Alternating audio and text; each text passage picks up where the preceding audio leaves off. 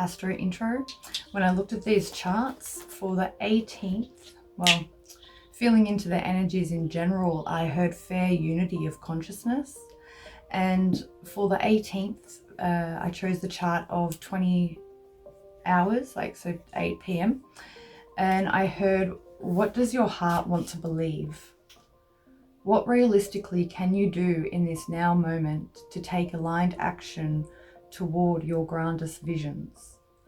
Then on the 19th at 8 in the morning, your visions are supported when you reconnect the dots, when you realize there are zero limits. And then for the 20th, I chose the chart at 2 p.m. because the sun will ingress into Scorpio at around 7 p.m. So the chart then said to me, the aspect of you attempting to push through is the aspect of you who is hurting the most. So what do they need? Allow the unfold to help you grow. Now we know that this moon transit isn't just about the Libra moon. We know that on the 20th we are going to be seeing Jupiter station retrograde. Now, I've only done a little bit of research on that into 1938. I haven't gone back through the other dates that I have found so far, but they go back through the 1800s through to 1523 was the earliest I felt to go back to. But what I've found in this Jupiter retrograde, which I was really, I got really drawn in by it, especially once I pulled the chart up for the 21st of June 1938 in Munich, Germany. Now the reason that I did that is because what I found, I'm just referencing my notes here, was that during this retrograde, this was when the Jewish lawyers were forbidden to practice at all in Germany. Even Jewish artisans were not allowed in Germany. The Nazis closed the theology department of the Innsbruck University, and the Mauthausen, I believe is how it's pronounced, concentration camp opened in Austria. Mussolini at the same time cancelled civil rights of all the Italian Jewish community, and the Nazis planned ghettos for all the major cities for the Jews. Now, one thing that I found that which it was like a sort of a double-edged sword. So Adolf Hitler, during this Jupiter retrograde, right, back then, he demanded self-determination for all of the Jewish living within Czechoslovakia. And when I looked into that, I was like, what is self-determination? Like, it rings a bell, like it was, you know, so I looked into it, and essentially it is a person or a country or state forming their own government because of their own beliefs and their own national consciousness was the phrase they used. And it's the right of the people and a cardinal principle within the international laws, which is binding in the UN authoritative interpretation of the Charter's norms. So to nutshell it for you, basically what it says is we have an ongoing process of choice with what happens in our societies. And now to self-determinize, this is basically where we're heading with everybody wanting to go and create their own communities and such. You know, we've got the common law collective or common law community coming back very strongly here in Australia. I don't know if this is an international thing right now.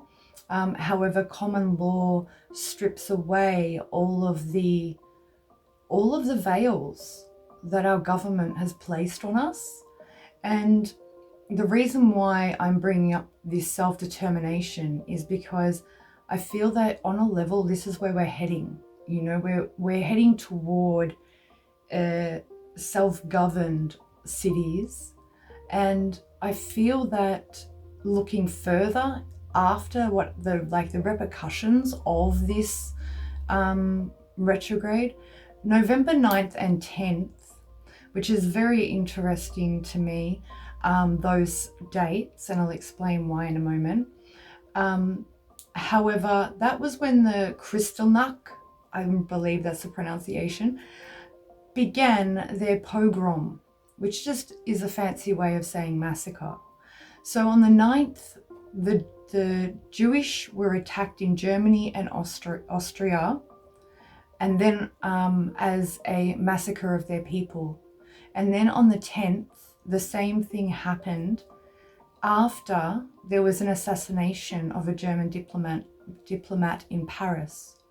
Now, when I looked at the charts, I'm just going to bring my notes over here so I can see it quickly. The main difference, okay, that really struck out to me is that back in 1938, we had the North Node in Scorpio and we had Chiron in Cancer. Now, the North Node had only ingressed into Scorpio on the 3rd of March. The Neptune and Pluto placements are actually at the flip of what we're seeing now. So Neptune was in Virgo, Pluto was in Cancer at 28 degrees, Neptune was at 18 degrees of Virgo. Now Uranus was at 16 degrees of Taurus when all of this was happening.